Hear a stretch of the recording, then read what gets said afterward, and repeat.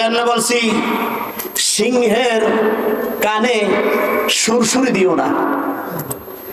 সিংহ যদি গর্জে উঠে তখন সিংহর গর্জন সহ্য করার ক্ষমতা কিন্তু সবার নয়। তোমাদের অস্ত্র থাকতে পারে, তোমাদের কামান থাকতে পারে, ভারী যুদ্ধ বিমান থাকতে পারে, মুসলমানের আছে রব। রব পারে সব। ওই যুদ্ধর অস্ত্র আর কামান বিমানে কাজ হয় না যেটা মুসলমানের তাকবীরের ধ্বনিতে কাজ হয়।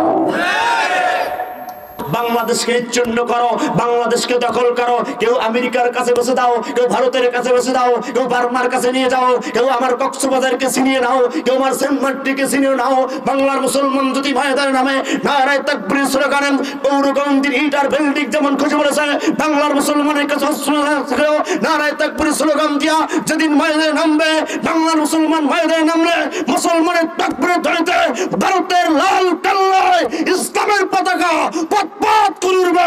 ঠিক কিনা ধরে বলে মুসলমান? কত বড় দুঃসাহস তাদের!